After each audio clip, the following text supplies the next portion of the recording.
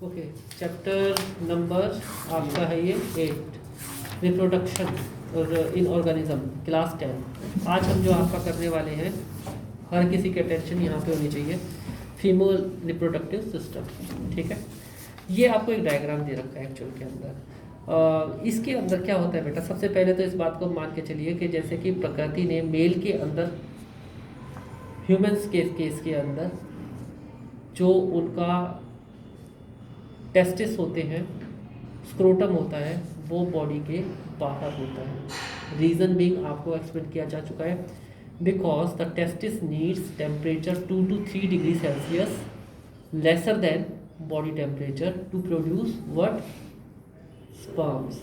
Testis क्या क्या produce करते हैं? टेस्टिस कितने होते हैं? 2। किस में प्रेजेंट होते हैं? स्क्रोटम के अंदर 2 होते हैं, स्क्रोटम के अंदर प्रेजेंट होते हैं। बाहर क्यों होते हैं? क्योंकि इनको बॉडी टेम्परेचर से 2 से 3 डिग्री सेल्सियस का टेम्परेचर कम चाहिए स्पर्म प्रोड्यूस करने के लिए। दूसरी, एक तो स्पर्म प्रोड्यूस करते हैं, और क्या प्रोड्यूस करते हैं? ये टेस्टोस्टेरोन। Very good. अभी इसके अंदर से 2 नलियाँ या फिर 2 ऐसे करके निकली होती हैं, उनको क्या बोलते हैं? Vas deferens. ठीक है, वास डिफरेंस यानी कि जो टेस्टिस जो स्पर्म प्रोड्यूस कर रहा है उसको लेके आ रही है बाहर। वो वास डिफरेंस फिर बीच के अंदर क्या होता है? प्रोस्टेट ग्लैंड हो गया आपका, और प्रोस्टेट ग्लैंड और ये जो सेमिनल वेसिकल्स हैं, ये क्या करती है?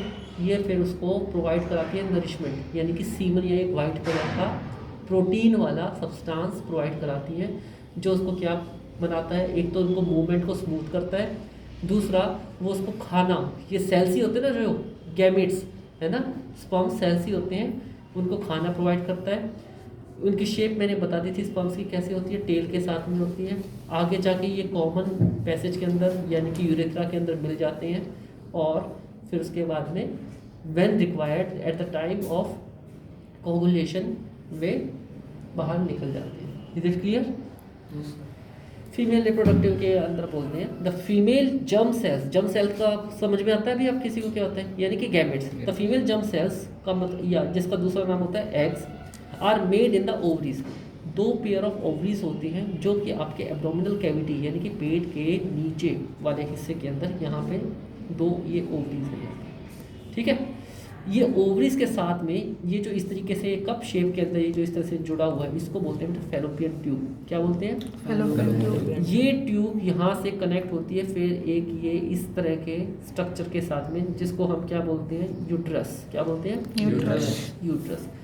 यूट्रस के साथ में अभी यहाँ पे आपका क्या होता है? सर्विक्स, और उसके बाद में फिर एक ओपनिंग होती है जिसको हम बोलते हैं vagina. Okay, female reproductive part, जैसे कि मेल रिप्रोडक्टिव पार्ट का मेन ऑर्गन ये चीज़ है टेस्टिस, इनके जो मेन ऑर्गन्स हैं वो ये होते हैं। इसके अंदर क्या बनता है? फीमेल गैमेट्स जिसका नाम होता है ओवा या फिर एग। 1 to 1 करेंगे। एक तो एग बनाती हैं, दूसरा और क्या बनाती हैं? इनकी तरह हार्मोन्स बनाती हैं। हार्मोन कौन से बनाएंगे? Oestrogen. They are also responsible for production of some hormones. Look at look at 337 138.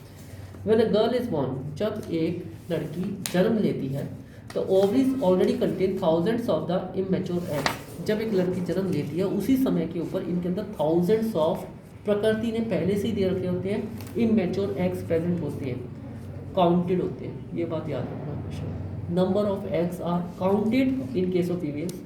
Mails के केस के अंदर अनलिमिटेड स्पर्म्स हमेशा सप्लाई अनटिल अनलेस एज का फैक्टर नहीं आ जाता।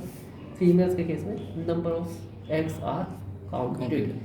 एवरीवन इज कुछ हजार कुछ समथिंग ही काउंट होते हैं। समटाइम्स ऐसा भी होता है कि these eggs are wasted, totally waste होके ख़त्म हो गए, ऐसा भी होता है। ठीक है, the ovaries already contain thousands of the immature eggs. अब इमेच्योर एग्स हैं और सुप्तावस्था के अंदर पड़े रहते हैं। कब तक पड़े रहते हैं? जब तक प्यूबर्टी स्टेज अटेन नहीं हो जाती। प्यूबर्टी स्टेज कब अटेन होती है? प्यूबर्टी क्या होता है? ऑनसेट ऑफ अडोलसेंस, जिसके अंदर आपकी ओवरीज काम करना शुरू कर देती हैं। मास्टर ग्लैंड, क्या नाम था उसका? पिट्यूटरी सिग्नल भेजता है और रिप्रोडक्टिव ऑर्गन्स को सिग्नल मिल जाता है ब्लड के थ्रू में।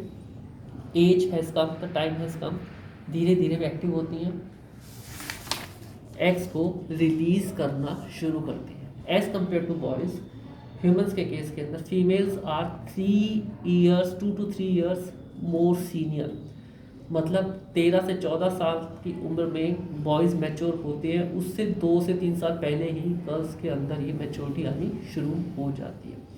यही कारण है कि लीगल एज भी अभी तो शायद और ज़्यादा बढ़ा दिया, 18 और 21, 3 साल का अंतर रखा गया है ना, ताकि आपकी जो यही और रिप्रोडक्शन एक ऐसा, क्योंकि बहुत सारे हार्मोन्स का रिलीज होता है और ये हार्मोन्स आपके मूड को, आपके चीज़ों की अट्रैक्शन, सब्सट्रैक्शन और सारी चीज़ों को कंट्रोल करते हैं, मैच्योरिटी भी एक तरह से कंट्रोल कर रहे हैं। इसीलिए लीगल एज भी बराबर बराबर रखी गई है कि भाई जब दोनों के रिप्रोडक्टिव ऑर्गन्स 2 से 3 साल के बीच का अंतर है, इसलिए एक गर्ल जब हो जाएगी, वो 18 साल की हो जाएगी, उस समय पे एक लड़के की maturity on the basis of the whole this cycle 21 साल की, यानी कि 3 साल बाद में वो उसकी मैच्योरिटी के लेवल पे पहुंचेगा। Is it clear? अभी आगे देखियो, on reaching puberty some of these start maturing, one egg is produce every month by one of the ovaries.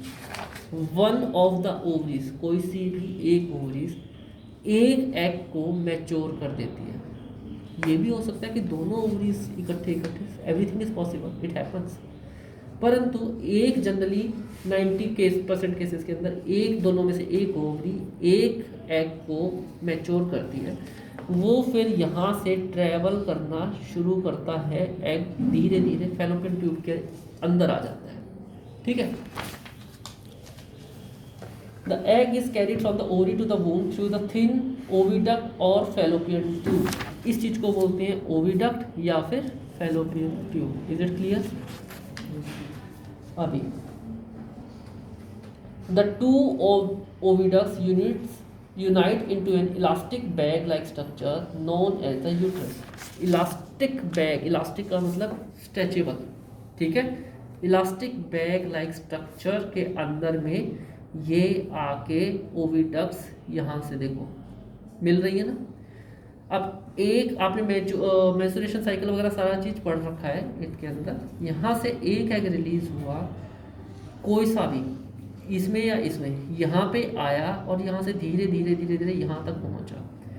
अब at the time of the fertilization, fertilization यानी कि when the male reproductive organ, जब आप reproduction के phase के अंदर होता है, कोगुलेशन के टाइम के ऊपर, when the sperms are left in the vagina, they have the tail, उनको याद था आपको, टेल्स होती है उनकी, वो स्विम करके यहाँ से इस फैलोपियन ट्यूब तक जाते हैं।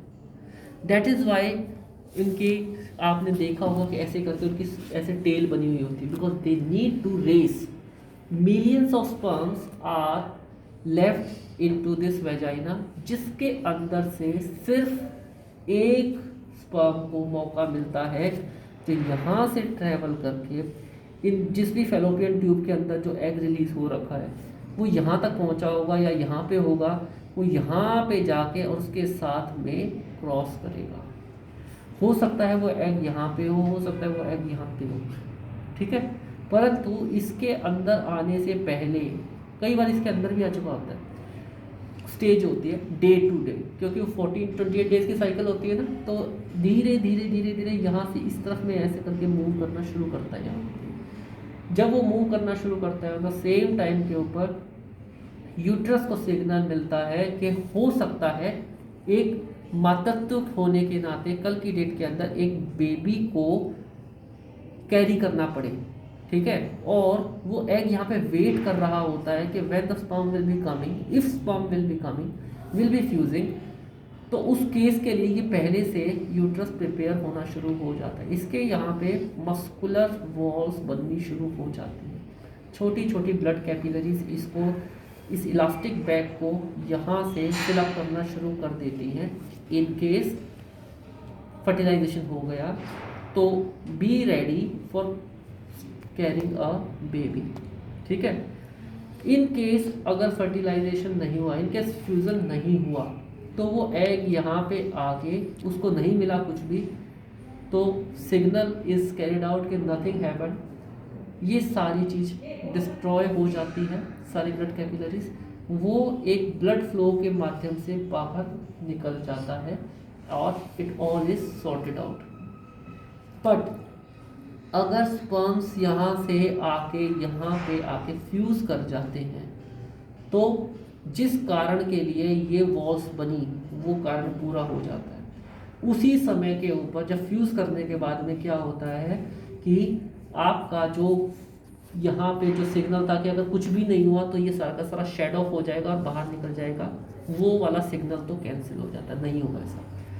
यहाँ से स्पर्म फ्यूज़ करने के बाद में एक स्पर्म को मैं बोल रहा हूँ बार एक को मौका मिलता है जो कि इस एग, और वो स्पर्म कौन सा होगा, वो चूज़ करता है, एक्चुअली इट इज सेड कि एग चूज़ करता है, ओवा चूज़ करता है कि which sperm having the best capability, best capacity, जिसके अंदर क्रोमोसोम्स और जो बिल्कुल सबसे हेल्दी है, जो सबसे फास्ट स्विमर है, जो सबसे फास्ट स्विम करके यहाँ तक जाएगा, बाकी सबके उसके अंदर जो क्रोमोसोम्स एक्सेट्रा हैं वो इतने बेस्ट तरीके से मैचअप हैं कि वो उसके साथ में, यानी कि सबसे fittest sperm only get chance to fuse, right. बाकी स्पर्म्स का क्या होता है, मिलियंस ऑफ स्पर्म्स थे, they all are wasted, they all die, सिर्फ एक स्पर्म, ओके, जो यहाँ पे फ्यूज करता है। अब 8वीं क्लास में याद कीजिए, मैंने बताया था कि ये स्पर्म का यहाँ पे क्या आता है, क्रोमोसोम्स होते हैं, न्यूक्लियस होता है, इसका न्यूक्लियस और एग, ये भी एक सेल है, दोनों का न्यूक्लियस आपस में फ्यूज करता है, जो कि फिर बाद में जाइगोट बनाता है, जाइगोट से फिर एम्ब्रियो, एम्ब्रियो से फीटस। याद आया सारा का सारा, कहानी मैंने संक्षेप में बता दी। अब हम पढ़ते हैं। The egg is carried from the ovary to the womb through a thin oviduct or the fallopian tube. Fallopian tube आपका समझ में आ गया क्या होता है। The two oviducts unite into elastic bag-like structure known as the uterus. The uterus opens into the vagina through the cervix. ये भाई यहाँ पे ये cervix, वेजाइना और यूट्रस का होता है ऊपर, ये अंदर होता है बॉडी के अंदर, ठीक है। वेजाइना और उसका बीच में एक स्पेस होता है, ये वाला, ठीक है, which is just a entry hall. The responsibility of carrying a child is here, okay. तो स्पर्म्स को देखो यहाँ से लेके और यहाँ तक स्विम करके जाना है, इसलिए उनकी शेप इस तरीके की होती है। The sperm enter through the vaginal passage during the sexual intercourse. They travel upward and reach the oviduct where they may encounter the egg. They may encounter the egg. May का मतलब संभवतः वो encounter करेंगे। Encounter का मतलब उनके साथ में मेटिंग हो पाएगी। क्यों? अगर जब यहाँ पे एग प्रेजेंट होगा तभी तो इनकाउंटर होगा। मान लो एग रिलीज ही नहीं हुआ, if the sexual reproduction is taking place on a day जब ये एग यहाँ से रिलीज ही नहीं हुआ, या फिर वो ऑलरेडी यहाँ पे आके वेस्ट हो चुका है, तो इसलिए बोला गया कि मे इनकाउंटर, प्रेजेंट होना जरूरी हमेशा ही नहीं जरूरी होगा, ठीक है। ओनली स्पेशलाइज्ड डे के ऊपर ही यहाँ पे होगा। वो स्पेशलाइज्ड डेज कौन से होते हैं? When the after menstrual cycle, उसके 4 से 6 दिन के बाद वाला पीरियड, ठीक है, क्योंकि पहले तो सारा खाली हो गया, उसके बाद में धीरे धीरे आके रिलाइज, ठीक है। The sperm enter through the vaginal passage during the sexual intercourse. They travel upward and reach the oviduct where they may encounter the egg. The fertilized egg, fertilize हो गया, उसके बाद में एक मान लो इनकाउंटर करा और फर्टिलाइजेशन हो गई, फिर क्या बनेगा? जाइगोट, और ये implanted in the lining of the uterus. अगर मान लो ये फ्यूज हो गया तो फिर दोनों सेल यहाँ से फिर भी धीरे धीरे मान लो यहाँ से स्पर्म चला गया और जो स्पर्म यहाँ पे एग था इसके साथ में फ्यूज हो गया, चांस मिल गया उसको, तो भी वो यहाँ से धीरे धीरे यहाँ पे आएगा और यहाँ पे पहुँच के इस यूट्रस की जो दीवारें हैं ना, इसमें से किसी एक के साथ में चिपक जाएगा। चिपक के आगे क्या होता है? The fertilized egg, the zygote gets implanted in that of the mother's body is designed to undertake the development of the child. Hence, the uterus prepares itself every month to receive and then nurture the growing embryo. The lining thickens that is richly supplied with the blood to nourish the growing embryo. वो मैंने आपको बताया। और ये जब यहाँ पे आके चिपक जाएगा तो इस एम्ब्रियो के पास में क्या था? दुनिया भर की कैपिलरीज थी, ब्लड था, ब्लड की वेसल्स बननी शुरू हो गई थी। जो आप खाना खाते हो सारा कुछ होता है फीमेल बॉडी के अंदर, वो इनके अंदर सारा सा नरिशमेंट प्रोवाइड करना शुरू कर देगा। यहाँ पे चिपक गया, फर्टिलाइज होके अब ये धीरे धीरे एम्ब्रियो में डेवलप होना शुरू होगा। और उसके अंदर क्या होगा, मियोसिस प्रक्रिया होगी। मियोसिस का मतलब दो न्यूक्लियस आपस में टकरा के यहाँ पे चिपके हुए हैं, अब ये आपस में डिवाइड करेंगे, फिर एक सेल से दो सेल, दो सेल से चार सेल, फिर टिश्यू, टिश्यू से फिर धीरे धीरे आपका जैसे 1 मंथ पास हुआ, 2 मंथ पास हुआ, 3 मंथ पास हुआ, फिर बॉडी के पार्ट्स निकलने, फिर फीटस में डेवलप हो जाएगा वो। ओके, एम्ब्रियो की स्टेज जब तक होती है, एम्ब्रियो चाहे आप किसी भी जानवर को उठा के देख लो, सबका सिमिलर ही मिलेगा, एक ही। आप कभी नहीं बता पाओगे कि ये जानवर, ये मतलब आदमी का है, ये कुत्ता है, ये बिल्ली है, you will never know. After that धीरे धीरे इवन हैंड्स का भी एम्ब्रियो स्टेज के ऊपर सभी चीज़ें सेम ही होती हैं, फिर धीरे धीरे यहाँ पे बाद में आपकी जब बॉडी के पार्ट्स डेवलप होने शुरू होते हैं, then it start. Okay, the sperm enter, ये हो गया सारा का सारा। द लाइनिंग थिकन्स सप्लाइड, ये हो गया। The embryo gets nourishment from the mother's blood with the help of a special tissue called as the placenta. अब मान लो यहाँ पे बॉडी के अब एम्ब्रियो डेवलप होना शुरू हो गया, तो यहाँ से एक जो आपकी नाभि होती है, बच्चे की जो नाभि होती है ना, वहाँ से एक इस तरीके की नली शुरू हो जाएगी चलना, और वो जाके नाभि के ऊपर से और इस यूट्रस के अंदर जाके ब्लड कैपिलरी से जाके मिल जाएगी। वो क्या है, एक तरीके का सप्लाई चेन बन गई, क्योंकि जैसे जैसे बॉडी विकसित होएगी बच्चे की, इसको ज़्यादा खाना चाहिए, ठीक है। ये उसको बोलते हैं हम प्लेसेंटा, ठीक है। ये प्लेसेंटा वही होती है जिसे जन्म के समय के ऊपर माता और बच्चा आपस में जुड़ा हुआ होता है।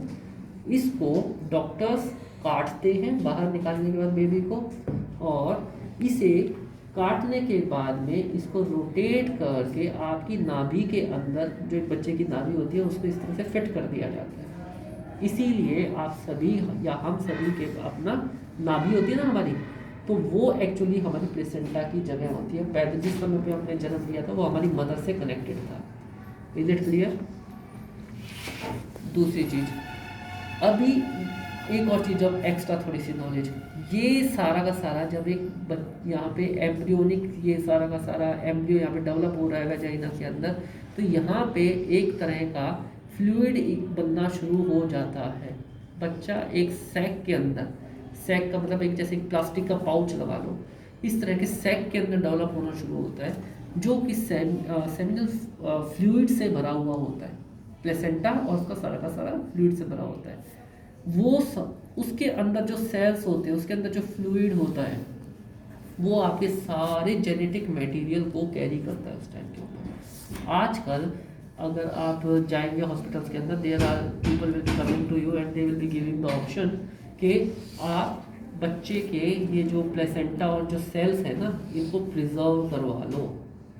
प्रिजर्व करवा लिया मतलब उसको अगले 20 साल के लिए उसकी आपने एक तरह से एफडीसी करवा दी, वे अगले 20-30 साल तक उसको रखते हैं।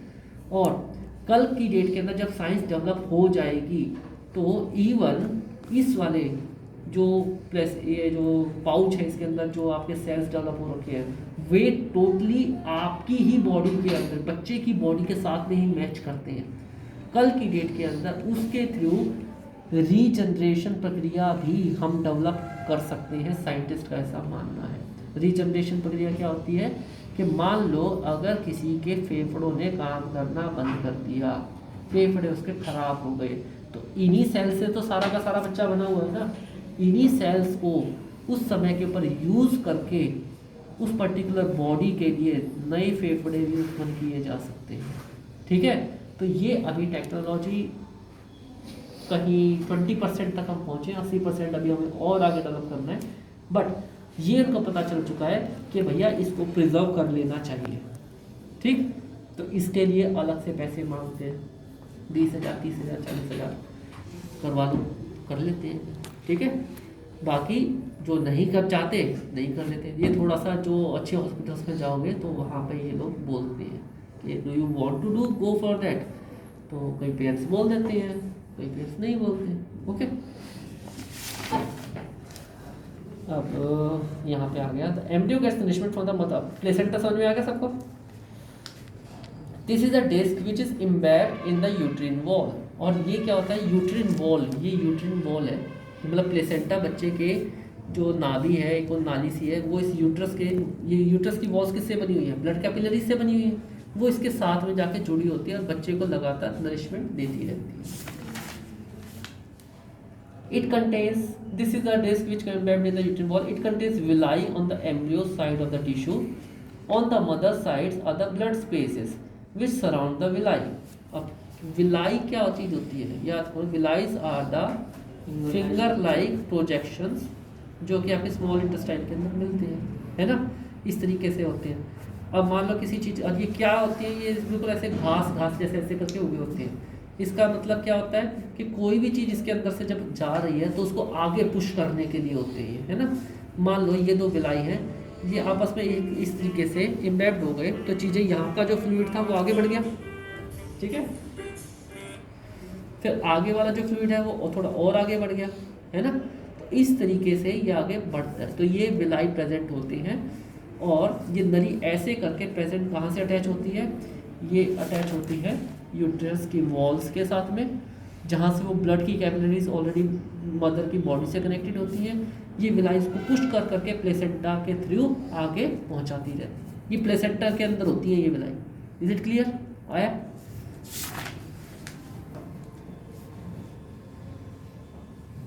This provides the large surface area for the glucose and oxygen to pass from the mother to the embryo. Villi का फंक्शन ही क्या चीज़ होता है कि विलाई का फंक्शन ही होता है कि आगे पुश करना किसी चीज़ को, ठीक है। तो ये जो प्लेसेंटा के साथ में जो ये अटैच होती हैं ये सारी चीज़ें, मदर की जो भी नरिशमेंट है, ऑक्सीजन भी चाहिएगा, इसी प्लेसेंटा के थ्रू, मदर के थ्रू ऑक्सीजन भी मिलती है, इसी प्लेसेंटा के थ्रू नरिशमेंट भी मिलता है, इसी प्लेसेंटा के थ्रू जो बच्चा एक्सक्रीशन करता है खाने के बाद में, वोमिटिंग करता है या फिर माँ के गर्भ के अंदर ही जो भी सुसु वगैरह करता है, वो सब इसी प्लेसेंटा के थ्रू ही, सारा इसी के थ्रू आना जाना उसका होता है, ठीक है। The developing embryo will also generate waste substances which can be removed by transferring them into the mother's blood through the placenta. ये जो भी वेस्ट होता है ये ब्लड प्लेसेंटा ही ब्लड के अंदर डाल देती है।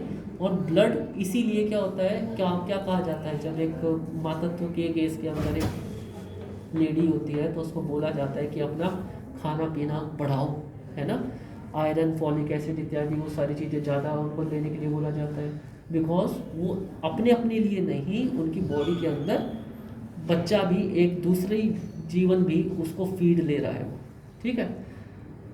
दूसरा, उनको ऑक्सीजन ज़्यादा चाहिए उनको, ताकि ऑक्सीजन सिर्फ अपनी बॉडी के लिए नहीं, बच्चे के लिए भी ऑक्सीजन दे रही है। उनको जो वेस्ट मटेरियल वगैरह है जो भी वो बच्चा छोड़ रहा है, उनके ब्लड की प्योरीफिकेशन भी बहुत ज़्यादा चाहिए। इसलिए क्या हो जाता है कि फीमेल्स को कई बार शरीर के ऊपर दाने वगैरह ये सब चीज़ें निकलना शुरू हो जाते हैं, because it's not only there body but also the child's body, उसका भी वेस्ट उनको मैनेज करना है, ओके।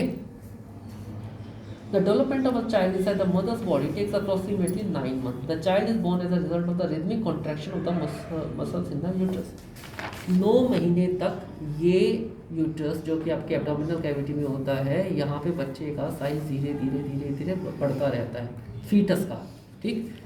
फिर 9 महीने के बाद में धीरे धीरे बच्चा जो है बिल्कुल ऐसे सिकुड़ के ऐसे होता है, और क्या होता है, उल्टा होता है, ऐसे करके उल्टा लटका हुआ होता है, और सिर नीचे पैर ऊपर। उस समय के ऊपर फिर धीरे धीरे जब उसका साइज बड़ा होने लग जाता है, इट स्टार्ट पुशिंग, अपने आप को पुश करना शुरू कर देता है, ठीक है। तो उसकी वजह से कई बार कॉन्ट्रैक्शंस होती हैं टमी के अंदर मदर्स की। आपने सभी ने टीवी ने सीरियल्स के अंदर सभी ने बोल रहा था कि बच्चा किक कर रहा है, ये कर रहा है, वो कर रहा है ना। Then one fine day it happens कि वो धीरे धीरे कॉन्ट्रैक्शन की वजह से, कॉन्ट्रैक्ट हो रहा है ना, ये एक बैग है, अब कोई चीज़ अगर आपने ऐसे उल्टी है तो वो धीरे धीरे मूवमेंट करेगी नीचे की तरफ। जब वो यहाँ पे नीचे की तरफ में आ जाता है तो यहाँ पे होते हैं वाटर ब्रेक होना। वाटर क्या चीज़ होती है, इसका जो मैंने बताया ना कि एक फ्लूइड होता है जो कि जैसे पन्नी होती है, पन्नी के अंदर फ्लूइड भर रखा है, उसके अंदर कोई चीज़ है, तो वो यहाँ से आने के बाद यहाँ पे आके जब ब्रेक होता है तो that is the sign a mother is about to give birth to a child. और उस समय के ऊपर वो एक कॉन्ट्रैक्शन की वजह से एक पेन शुरू होता है मदर को। फिर this is the time for the delivery, when the delivery is done, उस समय के ऊपर ये जो जितनी ओपनिंग होती है इसका 36 गुना ज़्यादा बड़ा बेबी का साइज होता है, और it is equal to the pain of 36 bones cracking together in your body. अगर आपके शरीर के अंदर 36 हड्डियों को एक साथ तोड़ा जाए, उतना पेन एक मदर एक चाइल्ड को, बेबी को जन्म देते वक्त सहन करती है। Is it clear? सो आगे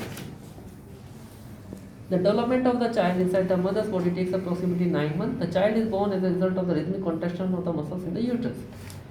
What happens when the egg is not fertilized? मान लो अब वो मैंने आपको बता दिया, अगर एग फर्टिलाइज नहीं हुआ, यहाँ पे एग पहुंच गया था, फर्टिलाइज नहीं हुआ, फिर क्या होगा? The egg is not fertilize, the life for about it lives for about 1 day. Egg यहाँ से आना शुरू हुआ, फैलोपियन ट्यूब से आता आता आता यहाँ पे आ गया, एक दिन के लिए इंतजार करता है वो, एक दिन के लिए कि भाई if there are chances of fertilization, no chances, then the uterus prepare itself every month to receive a fertilized egg. Thus the lining becomes thick and the spongy.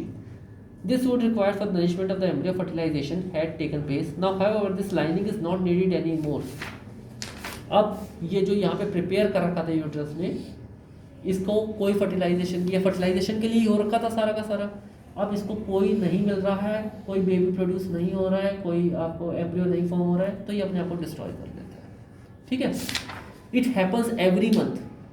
क्यों? और उसी को बोलते हैं मंथली साइकिल। वो अपने आप को डिस्ट्रॉय क्यों कर लेता है? Because it's a very hygienic, very very hygienic. उसको पूरा दोबारा से क्लीन करेगा, पूरा सारी चीज़ों को, उसको अलग अलग तरह के हार्मोन्स और केमिकल सिक्रिएट होंगे जो कि सारी चीज़ों को बाहर, सारे वेस्ट को बाहर निकालेगा, फिर दोबारा क्लीन करेगा, दोबारा क्लीन करके फिर से अपने आप को प्रिपेयर करेगा। Okay, this time nothing happened, next time we will. Then, so the lining slowly breaks and comes out through the vagina as blood and mucus. This cycle takes place roughly every month and is known as the menstruation. It is usually lasts for about 2 to 8 days. और ये 2 से लेके 8 दिन तक ये cleaning process चलता है। आया समझ में? menstruation आप पढ़ भी चुके हो गए। Now coming on the reproductive health, this is another important topic. इसको थोड़ा सा ज़्यादा डिटेल में नहीं पढ़ेंगे, जल्दी जल्दी करेंगे, बट पहले ये बताओ कि आपको फीमेल रिप्रोडक्टिव हार्मोन समझ में आ गया सभी को? यस सर, आ गया सारा प्रोसेस। इससे आसान लैंग्वेज के अंदर मैं नहीं समझा सकता, कोई भी नहीं समझाएगा। As we have seen, the process of sexual maturation is gradual. It takes place while the general body growth still going on. Therefore, some degree of sexual maturation does not necessarily mean that the body or the mind is ready for the sexual act or having the bringing up the children. How do we decide if the body or the mind is ready for the major responsibility? All of us are under different kinds of the pressure about these issues. There can be pressure from our friends for participating in many activities, whether we really want or not. There can be pressure from the families to get married and start having the children. There can be pressure from the government agencies to avoid having children. In this situation, making choices can become very difficult. What is it going to take? ये जो सभी के male reproductive female reproductive आपने बात पढ़े, but there are such social stigmas. एक age के बाद में घर से प्रेशर होने लग जाता है कि शादी करो, शादी करो, शादी करो। फिर शादी करने के बाद में प्रेशर होने लग जाता है बेबी करो, बेबी करो, बेबी करो। Going to be, not worry, all are going to be in through this journey. सभी जाते हैं, सभी को जाना है, but certain kind of restrictions आ जाती हैं। जैसे कि चाइना के अंदर है रिस्ट्रिक्शन होगी कि 1 child पॉलिसी होगी, you can produce only 1 child। If you are producing more than 1 child तो आपके सारे सोशल बेनिफिट्स खत्म, आपको कुछ नहीं मिलेगा। आप खुद अपने खुद से खर्चा खुद उठाओगे, बल्कि आपको एक्स्ट्रा पे करना पड़ेगा उस चीज़ को। 1 child है तो government will be taking care of that, ठीक है। अलग अलग तरह की अलग अलग पॉलिसीज़ हैं, धर्म है, कईयों के सारी चीज़ें हैं अलग। कई धर्मों के अंदर बोलते हैं कि जितना हो सके उतने बच्चों को पैदा करो। कई धर्म ऐसे होते हैं जो बोलते हैं रिस्ट्रिक्ट करते हैं। भैया दुनिया भर की बाउंडेशन है, ठीक है, सबकी अपनी अपनी बाउंडेशंस होती हैं, अपनी अपनी चीज़ें। उन सब चीज़ों को ध्यान में रखते हुए पहले के समय पे क्या था, आपने सुना होगा गांव के अंदर किसी के 12 या 13 बच्चे भी, 14 बच्चे भी, 15 बच्चे भी। It was very common, white was so at that time. एक एक्स्ट्रा बच्चा was considered as 2 hands to earn more. खेतों के अंदर काम करना होता था उनको, और ज़्यादा, जितने ज़्यादा बच्चे होंगे उनको और ज़्यादा एक हेल्पिंग हैंड मिलेगा, ठीक है। तो उसके लिए वो समय वो चीज़ें ठीक थी, परंतु आज के समय पे क्या हो गया, छोटी छोटी न्यूक्लियर फैमिलीज हो गई हैं। बच्चों को आपको अच्छे कपड़े, आपको अच्छा खाना, भोजन, नरिशमेंट, ये सारी चीज़ें चाहिए। दूसरा, पहले और क्या था, लाइफ एक्सपेक्टेंसी बहुत लो थी। इट वॉज चांसेस के 70% चांसेस तो ये होते हैं कि बच्चा अगले 2 या 3 या 6 महीने के अंदर गुजर जाएगा। सो दे ऑलवेज कीप ऑन कि यार ज़्यादा से ज़्यादा कम से कम 2 या 3 रह जाएं, क्योंकि साइंटिफिक डेवलपमेंट इतनी थी नहीं, मेडिसिन इतनी थी नहीं। Now the things have changed. अभी life expectancy has increase from about 70 years. भाई 70 साल तक भी एक आराम से इंसान जिंदा रह सकता है, ठीक है।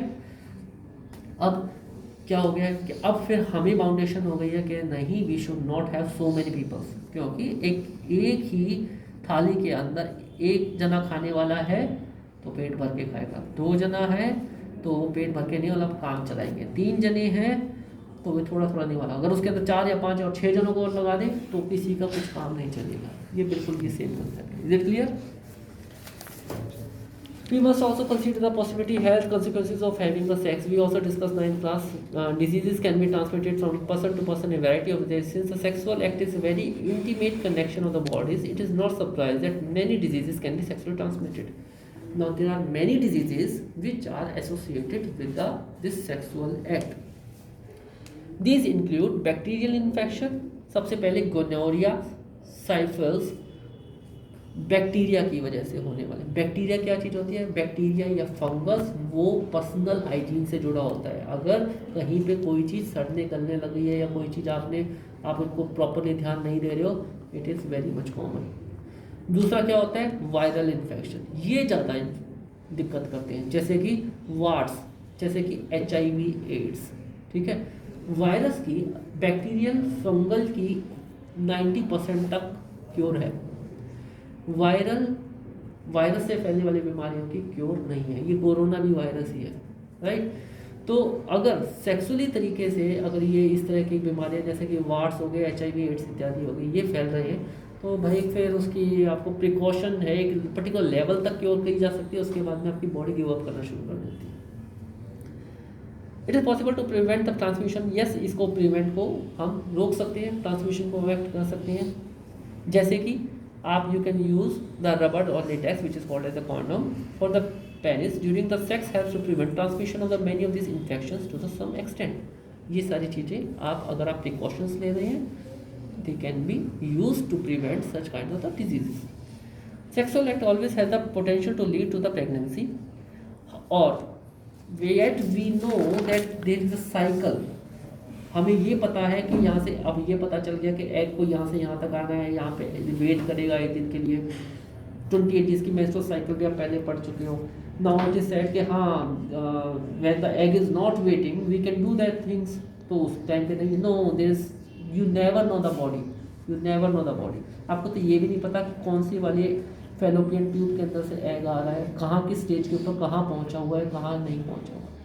So it is generally said कि हम कभी भी इस